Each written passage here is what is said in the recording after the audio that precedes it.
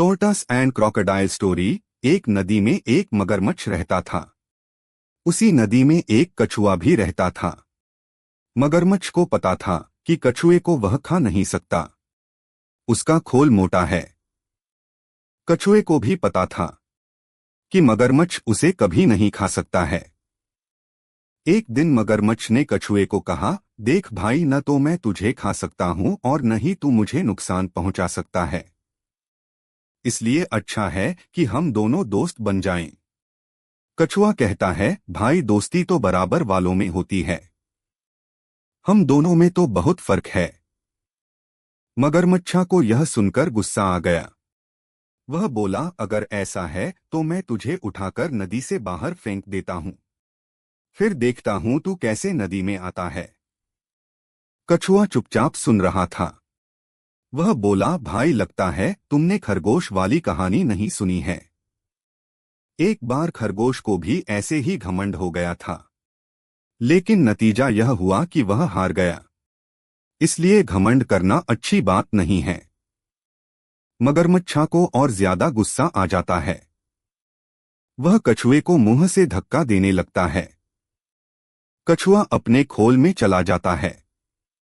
मगरमच्छा उसे नदी के बाहर फेंक देता है। वह उसे नदी से बहुत दूर ले जाता है। कछुआ जब बाहर निकलता है तो वह अपने आप को एक मैदान में पाता है।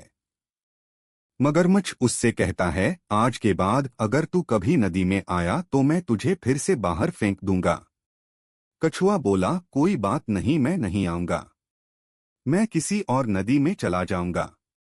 मगरमच्छ यह सुनकर हंसने लगा। वह बोला, तुझे पता है दूसरी नदी यहां से कितनी दूर है?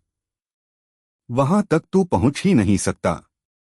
अब या तो मुझसे माफी मांग या नदी में जाने का ख्याल छोड़ दे। कछुआ बोला, मैं धीरे धीरे नई नदी में पहुंच ही जाऊंगा, लेकिन अब वापस नहीं आऊंगा। मगरमच्छ यह सुनकर वापस चल देता है, लेकिन इस बार वह रास्ता भूल जाता है और दूसरे रास्ते से नदी की ओर जाने लगता है। उस रास्ते पर बहुत गीली और चिकनी मिट्टी थी। जैसे ही मगरमच्छ वहां पहुंचता है, वह गीली मिट्टी में धंस जाता है। अब वह न आगे बढ़ पा रहा था न ही पीछे। वह बहुत कोशिश करता है, लेकिन जितना भी वह कोशिश करता नीचे धंस जाता था। इस तरह उसे अपनी मौत नजर आने लगी। उसे लगा कि वह यहीं पड़े पड़े मर जाएगा। इधर कछुआ धीरे धीरे आगे बढ़ने लगा।